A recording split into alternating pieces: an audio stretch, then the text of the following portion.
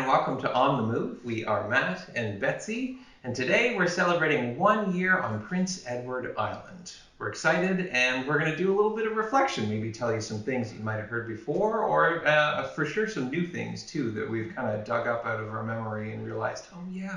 We forgot about that. Yeah. So for those of you who've been with us all along, welcome back. I know that some of you are newer viewers, thanks to Kim over at Fleece and Harmony. So we welcome you too, and maybe you'll learn a little bit more about us as we chat a bit about what brought us here to the island and just kind of how we've continued to settle in and give a few updates on what's going on in our life. Mm-hmm. We're thankful to have you with us, and we appreciate you watching and following our journey. So today we'll just share some of those little extras. Yeah. So I thought I'm going to start with sort of where each of us in the family are at.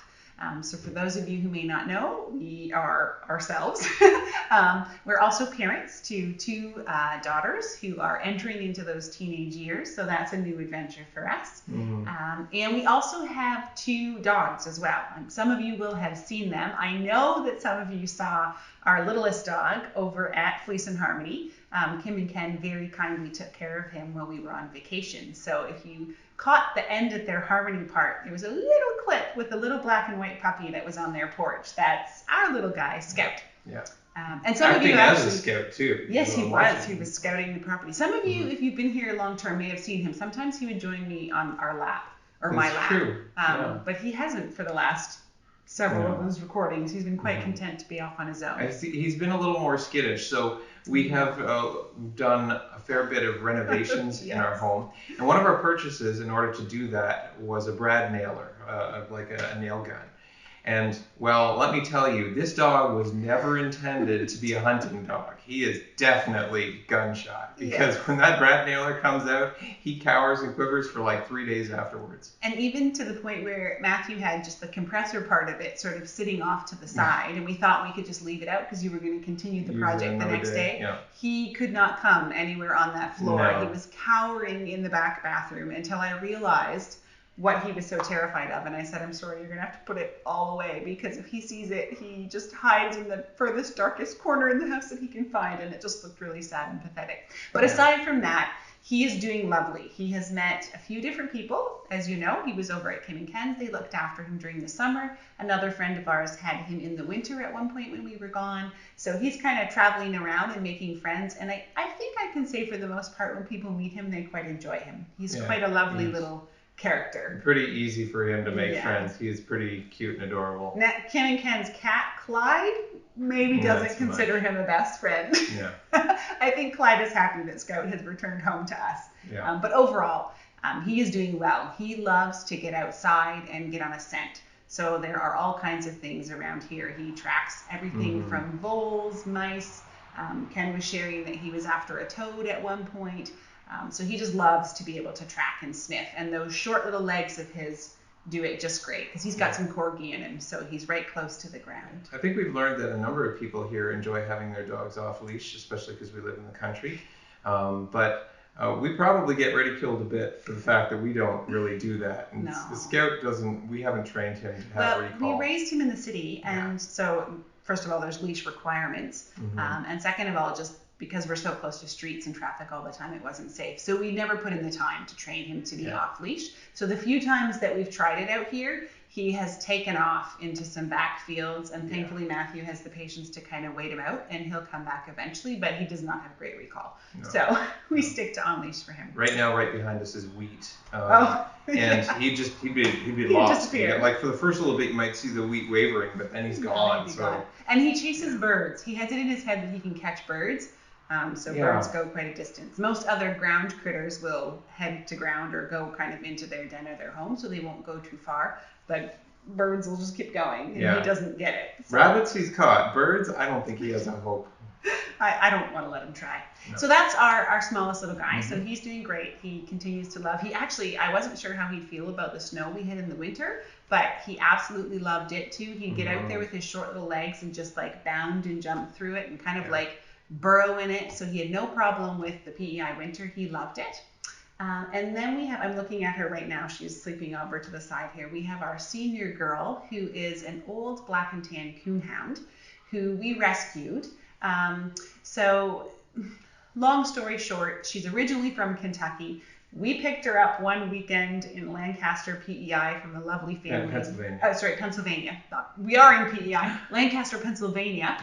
Yep. Who had fostered her for a little while, and so we got her through the American Black and Tan Coonhound Rescue, and she has been an absolute delight in the sense that she has the most docile, Yeah, she's calm, a gentle soul. yeah, so gentle. You have to be careful sometimes. Yeah. If you do scold her too harshly, she takes it very much to heart. So we're feeling a bit unsure right now, as she has definitely headed into those senior and twilight years, and we're kind of getting to the point where every other week or so we're debating, has her mobility decreased even more? Is she struggling? So finding that balance between caring for her as best we can, but also monitoring her pain levels and making sure that she is not living in too much discomfort. And it's hard because she's such a gentle soul. She doesn't show a lot of a lot of signs. Yeah. So couple of months ago, maybe a month and a half ago now. Yeah. She was kind of shaking her head, scratching at her ears every now and then, not like all the excessive, time. No. So we thought we'd better have it looked at, because she has had ear infections before. We got there and the vet said, yeah, she's got ear infections in both ears. She's got a double ear infection. But you'd hardly know it because she's just so quiet and docile. Yeah, I just noticed because every once in a while she'd do kind of this unusual head rattle sort of thing where her ears would really flop. Yeah. Also, last summer, she had an unfortunate incident with the trailer where she came down out of the trailer. Trailers have those fold-out steps that have little holes in them so they won't collect moisture. Well, she came down and her nail was just the perfect size, went into one of those holes, and she continued walking. And of course, she tore it right out, which is kind of a big deal because those nerves and that whatever that's called there in a dog. The quick, yeah. So the quick was fully exposed. So we had to take quite a bit of care to make sure that didn't become infected for her, which we did, and she got through it. But even for that, we couldn't keep her down. She just wanted to walk every day. Yeah. She just wanted to be on it. She didn't seem to show that she had an open wound on her foot. So all that to say, it's hard to recognize and know where she's at, but we do know that her mobility has decreased right now, and her sort of zest for walking in life seems to be in a dip at the moment. So we're just see if that persists. Yeah, we're keeping an eye on her, and we'll see if anything she's still eating and drinking at this point, but if anything gets worse, we'll definitely take her into our vet and just have them do a bit of a workup on her and let us know where she's at. So those are kind of our other members of our family who are around all the time, but you may not see as often or hear much about.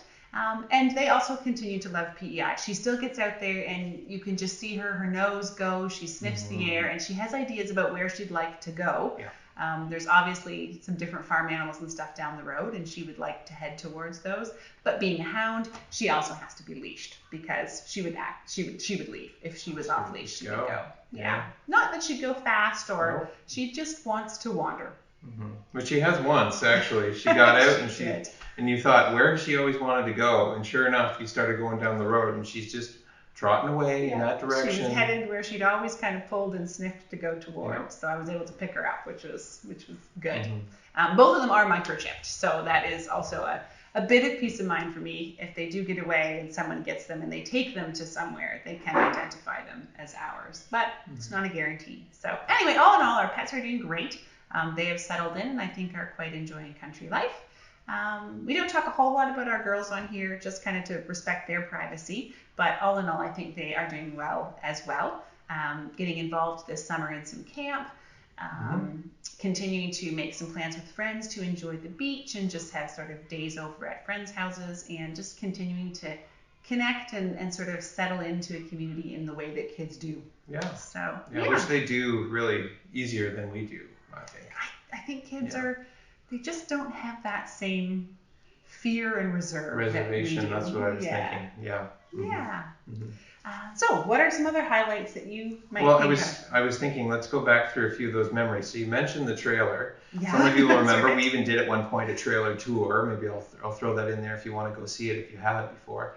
So we had ourselves a trailer for what was it? How long did we have that? July or maybe November. 5 months, 4 months Yeah, that we had a trailer. And we thought at one point, this is something we were going to invest in, we were going to use, we'd use it as a guest space. Well, we haven't talked about the trailer in a while because we don't have a trailer anymore. No, we, having lived in it full time for a month, we realized we weren't super excited about that lifestyle. It was a lot of setup and tear down for Matthew and just a lot of tinkering whenever we did.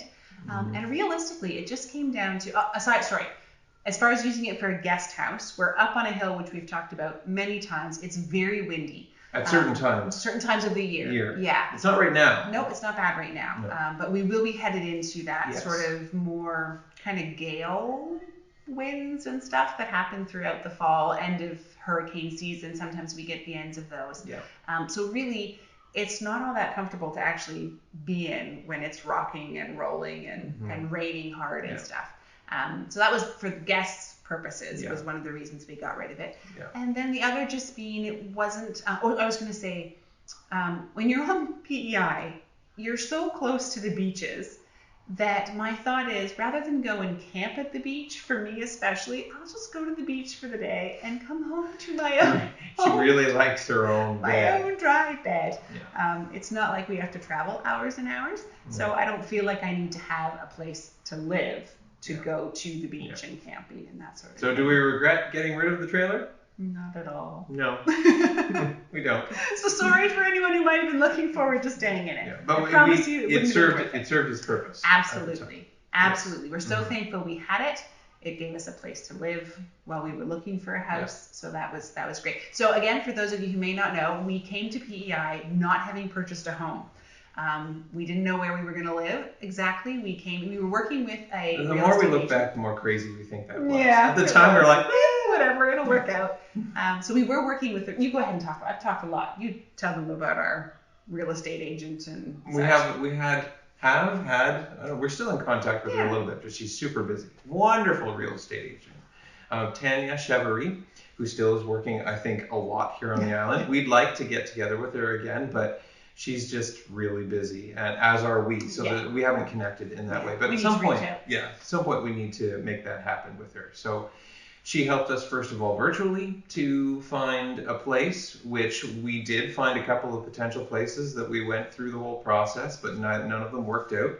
So we came to the island without a place. With a trailer. Yeah, with a trailer, and we stayed in trailer places, campgrounds. We lived three in different campgrounds for a while, and in that process, thank goodness, we found the place that we're in now. Yes, I think we got it a week before everyone was to start. 2 weeks before. 2 weeks before. Yeah, it was like just enough time from the practical standpoints of lawyers and checking on like water treatment and that sort of thing, and sewage stuff to figure out all of that. 2 weeks was kind of the bare minimum, and we had that. So we had a quick learning curve too, because we've never dealt before with a well, with a septic system.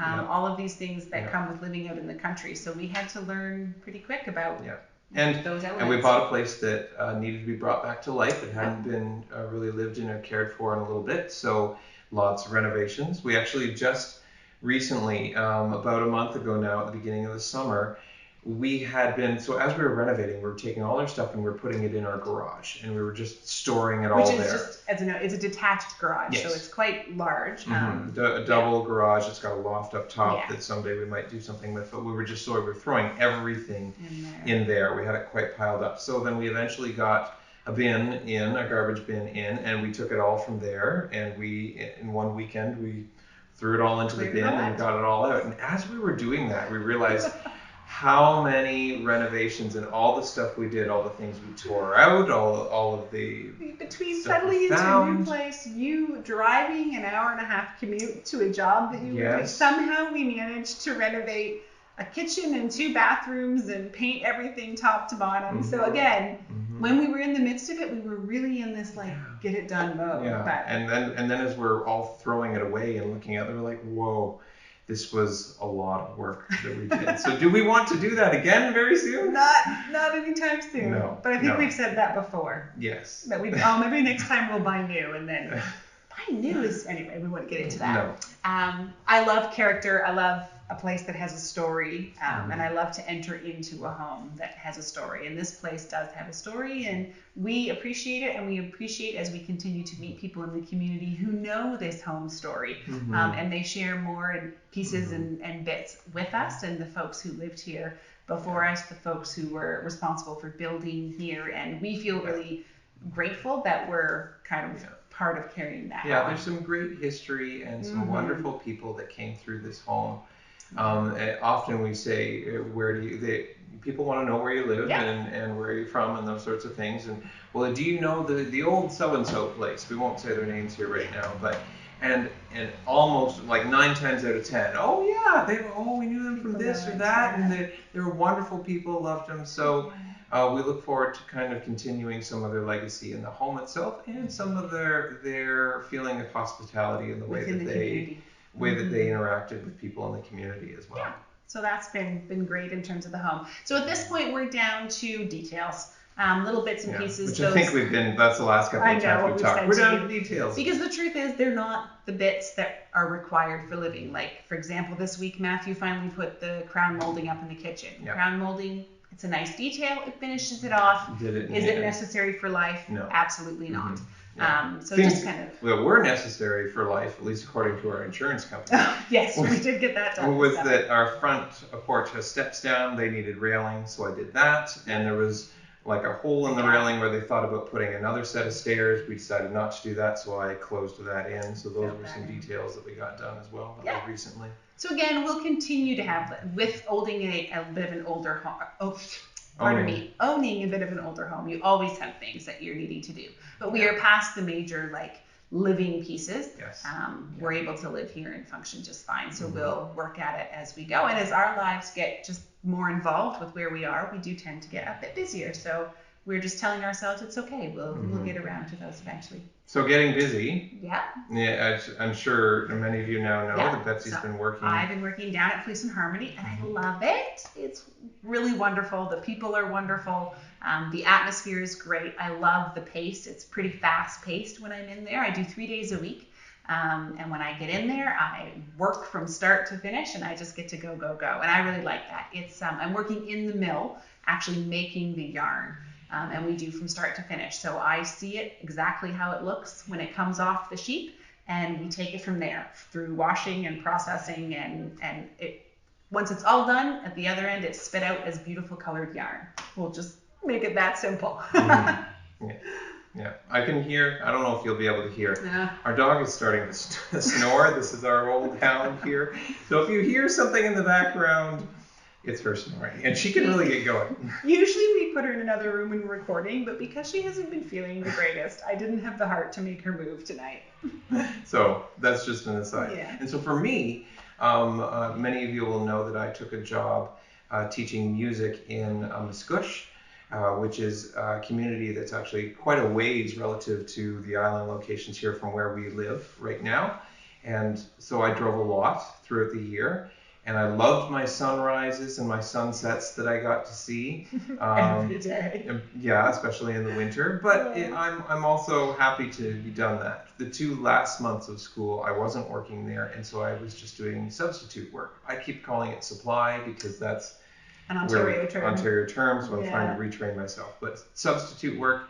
And I was trying to focus on being much closer to home, which was really nice. Sometimes I was 10 minutes from home or 15. I think probably the most I was doing for the most part was 30 minutes from home, which is better than an hour 20. For the rest of us here, it was fantastic to finally have Dad be able to go and watch some after-school sports and participate with the girls with that. That's not something he's been able to do because usually he's on the same schedule as them, so he's only getting home after school sports are done.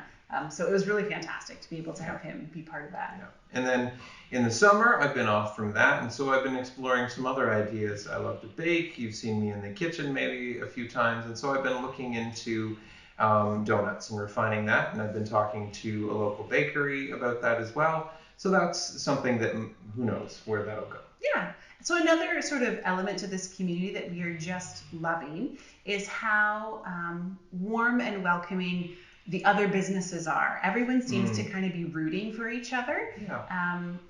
So it's just, I don't know exactly how to describe it, but it's just a great way to feel welcomed into a community as opposed to feeling a sense of sort of that real strong competition.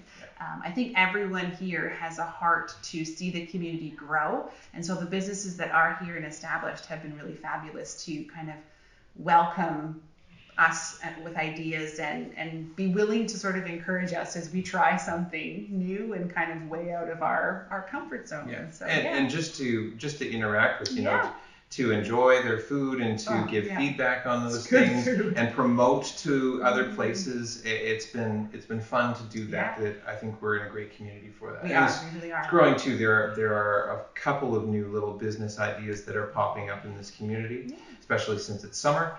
And so I think everybody in the area is excited to see the growth here. And the longer we're here, the more we are like recognizing and learning who those people are and what those businesses are. So the other night we sat down to dinner, which was fantastic, and realized, you know, we were eating a locally grown chicken that I'd picked up at Cooper's, alongside of some beans that had come from Peter Penny's farm, which was just down the road, as well as his strawberries. And I had bought cream from the local general store, and I was just having this real like, just heartwarming moment of like, I'm living in a bit of a dream here. Yeah. So it was just wonderful to living local. Yeah, and potatoes that we picked the up. Potatoes that had come from just down the road as well on Selkirk too. Selkirk. Irish, I'm trying to think. Yeah, Irish cobbler. We'll put their name below. They have a little hut out the side of the road that you can pick them up at. Yeah. So it was just this wonderful meal that we know everybody who grew and produced the food, and that's pretty fantastic. So yeah. So lots of wonderful things. There also continues to be some challenges.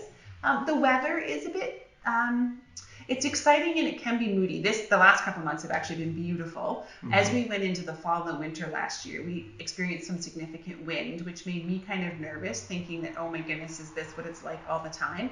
But now that we've come fully through the year, I think we can say, okay, no, it wasn't a fluke last year. June, July, and August are not crazy windy season. No. It's actually been quite calm and warm. We have a few humid days, but not crazy humidity.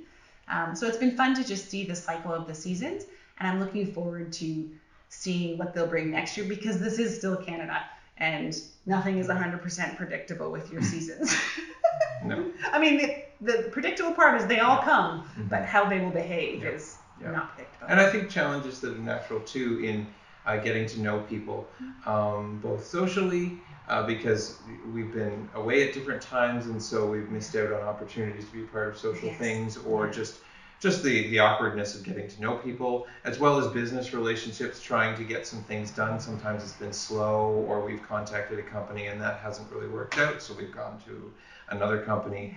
And so those have been challenges that day to day can be wearing on us, but I think in the broad scheme of things, they're fairly low. Not a huge deal, but just when you're in that moment thinking, I need to get this done, sometimes you have to step back and gain perspective again. Yeah, we were just trying to figure out a heating issue just earlier this morning, and there was a little bit of emotion for that, just because we hadn't figured that out fully, and we'd like to be a little further along on that than we have been. So stay posted about what happens for heating this winter, because as you all know, I'm sure, gas and oil prices are not our favorite right now. So we're trying to get a bit more creative with heating solutions for our home. Because we currently, the main source of heating for this home would be oil, and oil is it was already the most expensive way to heat your home, and now it's just like outrageous. Yes. So we'd like to avoid that. Yeah. But overall, I would say that we are still loving this change that we've made, this move that we've made. We love Prince Edward Island. We are still excited about exploring and finding out all that this wonderful province has to offer. So if you want to find out a little bit more and you haven't seen some of our other things, go back and watch our journey. And we're happy to continue to answer your questions that you have about us and what we've done, or about the island. We're certainly happy to go and discover those things for you. Yeah, your question might prompt an adventure for us. Yeah, something we hadn't thought of, or that we'd been meaning to do and think, oh, now maybe it's the time for that. Yeah. So thank you very much for being with us, for watching, We hope that you have a wonderful week and a wonderful summer as this continues on, and we'll see you again soon. Take care.